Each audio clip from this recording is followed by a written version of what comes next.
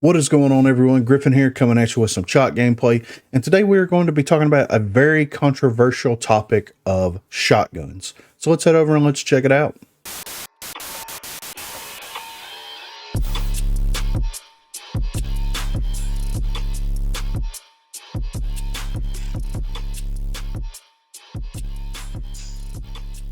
So shotguns, in pretty much any game, of course, is going to be a very, controversial topic to talk about. And I know that Rogue Company right now only supports 4 shotguns in the game, and I have a very good feeling that more shotguns will probably not be a priority to be added into the game going forward.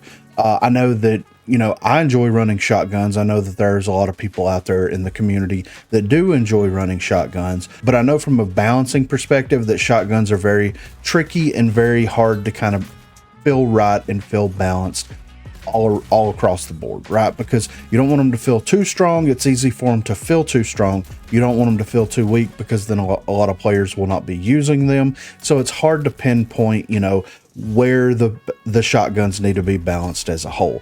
Now, I know that the shotguns are in a better state now than they were in whenever you're playing with and against them, but I don't think that they're exactly where that they need to be. I've been running various shotguns over the last couple of weeks just to try to get an idea of exactly how the shotguns as a whole feel, what shotguns need to be buffed, what shotguns need to be nerfed, and if any of them need to be nerfed, and what needs to be adjusted on these shotguns before I made this video. So for the S12 specifically, it is still, in my opinion, the most reliable shotgun. And I know the biggest drawback to the S12, especially starting out with the S12, is the ammo count, right? Because it's very hard to be able to do what you need to do with a shotgun whenever you only have 6 shells in that shotgun, and it's got a very limited range attached to it, along with like some very questionable damage output, because like the way the spread of that shotgun actually works, a lot of times you will be peppering them even though you're up close. The spread is very inaccurate, and it's very weird and not reliable enough to be something that is run on a very consistent basis, in my opinion. It still feels really good. It still feels like probably the best option, in my opinion, whenever you're running a shotgun, but there's a lot of drawbacks that come with it. If we're going to look at the SKL6, this is a shotgun that's it has a bit more range. It has a bit more bursty potential, being able to do 100 headshot damage at that optimal range, but there are drawbacks that are associated with it, where it does have a pump feature. You do have to pump it in order to get the next shell in there so that you can fire it. Yes, you can upgrade the weapon to increase the fire rate of it, but it doesn't increase it in a significant enough way to be able to like prioritize that as the be all end all shotgun. It does require a little bit more tactical play, because you are going to have to be peeking corners, and you are going to have to be popping out and popping back in to gain the full benefits of a weapon like this, because of how the pump mechanic and the fire rate of it works. So it still feels good. It still feels very reliable. The spread on it is nowhere near as extreme as the S12, but in the long run, that fire rate does hit it quite a bit and does make it feel a little bit less desirable, in my opinion, than something like the S12. Whenever we're looking at the Striker, of course, is an automatic shotgun. It is the Lancer shotgun. It is a drum-fed shotgun, so she can roll reload with it.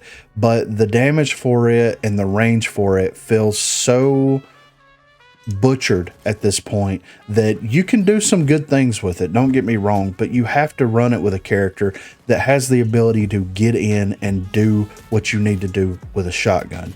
The biggest downfall, of course, is the range of it and the actual damage of it. Since it's fully automatic, since it has a very fast and consistent fire rate, you don't want to have the damage be too high for a weapon like this. You also don't want the fire rate for it to be too fast or too high for a weapon like this, because you'll be able to like completely burn people down.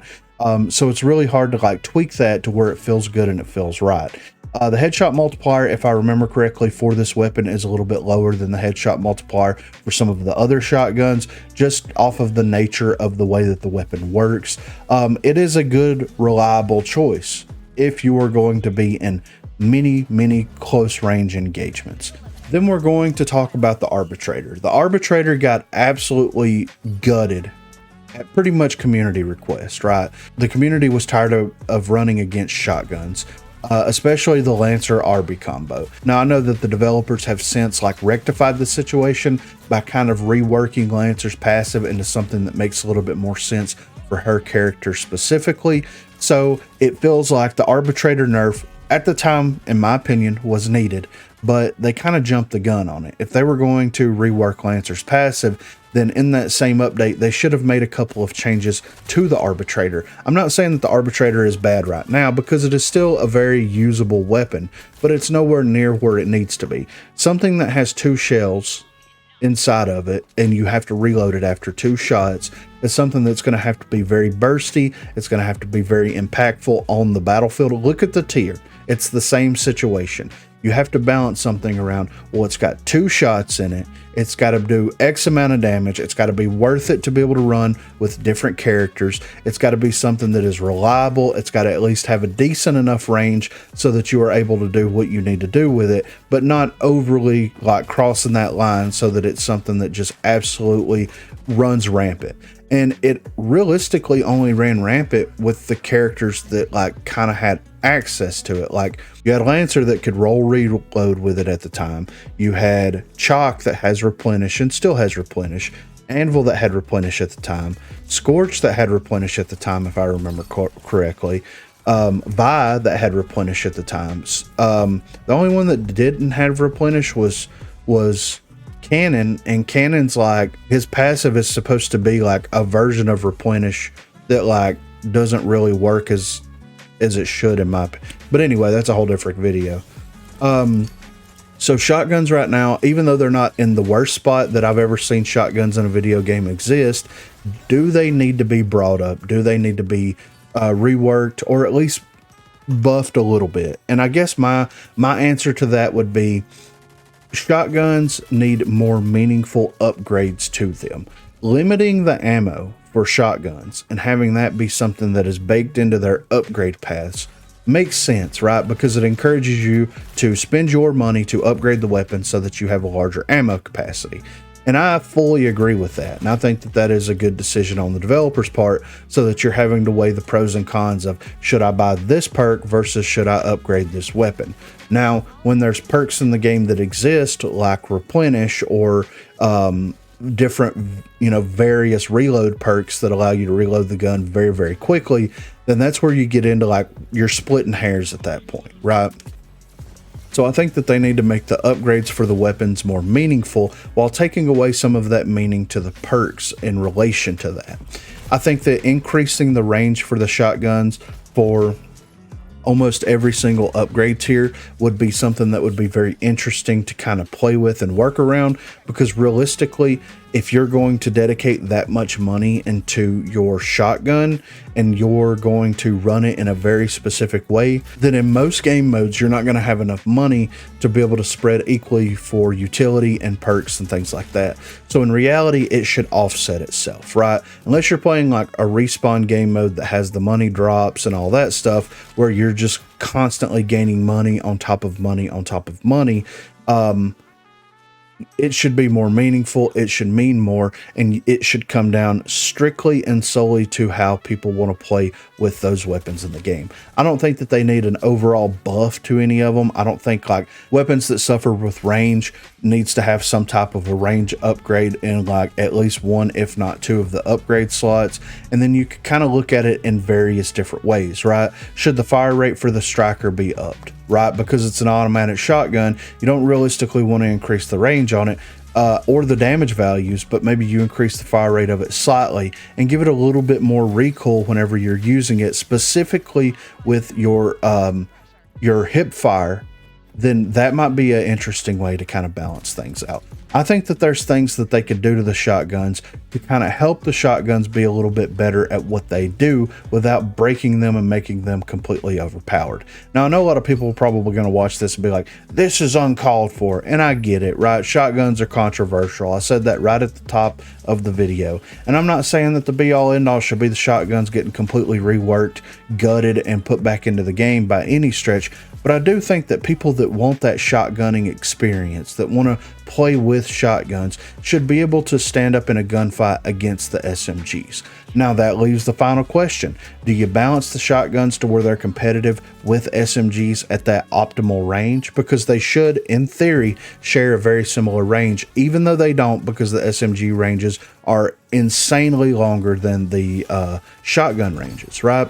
So my question is, should the shotguns be balanced and brought up to be competitive with the SMGs currently, or should the SMGs be brought down to be competitive with everything? So that way, whenever you're running a shotgun, you don't feel like you're getting completely bodied by someone that is picking the meta weapons like the D40 or the Knight currently, and they have an actual like chance of survival. Be sure to let me know what you think in the comments down below. How do you think shotguns, if anything, should be done with them? And I already know the default comments are going to be coming in.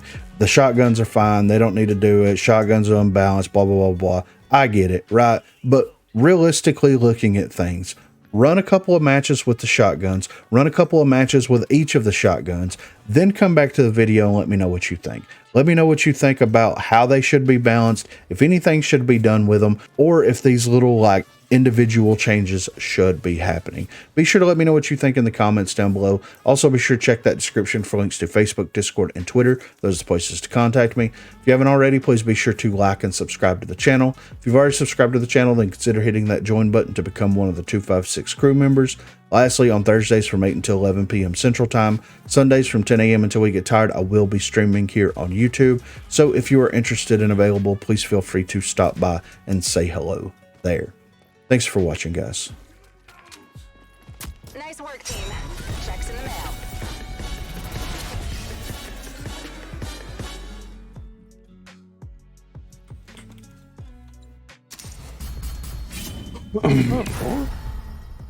Dylan, come here.